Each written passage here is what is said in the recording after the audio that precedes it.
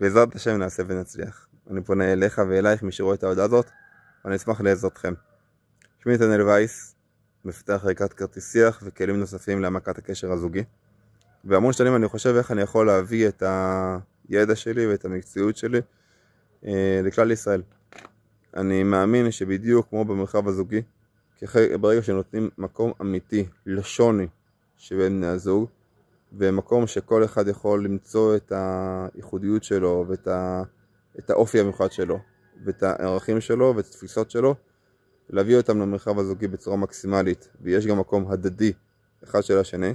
ברגע שמפסיקים לדבר ולהתווכח כל הזמן על איך נכון לעשות ומה צריך לקרות, אלא מתחילים לדבר על למה צריך לקרות ולמה אני חושב שזה מה שצריך לעשות, דברים קורים במרחב ואפשר להגיע לזוגיות מלאת עומק, מלאת קרבה, מלאת הערכה הדדית, זוגיות שנתרמת בצורה מטורפת זה מזה, וכל אחד מתפתח גם באופן אישי והמרחב הזוגי מרוויח.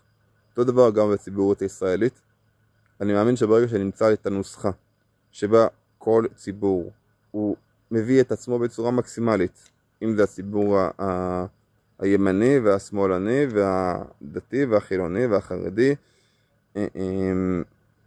בכל אחד ואחד מאיתנו, הן כפרט והן ככלל והן כקבוצה והן כמגזר, יש ערכים, יש תפיסות, יש הסתכלות על המציאות, וכולנו יוצרים פסיפס אנושי אחד. אנחנו 12 שבטים, כולנו בני איש אחד אנחנו, וברגע שנמצא את הנוסחה הנכונה, שבה כל אחד ואחד, וכל מגזר ומגזר, יביא את עצמו בצורה מקסימלית, בלי פשרות, בלי טשטושים, בלי מחיקות, בלי ניסיון לקפות אחד על השני את דרך מסוימת שאני חושב שנכון, אלא להפסיק לדבר רגע על מה נכון, ואיך אני חושב שנכון שזה יקרה, אלא להתחיל לדבר על למה אני חושב שזה ככה, שזה חשוב שזה יקרה, ולדבר על הערכים ועל התפיסות ועל החשיבות ועל המהות של הדברים, דברים יקרו.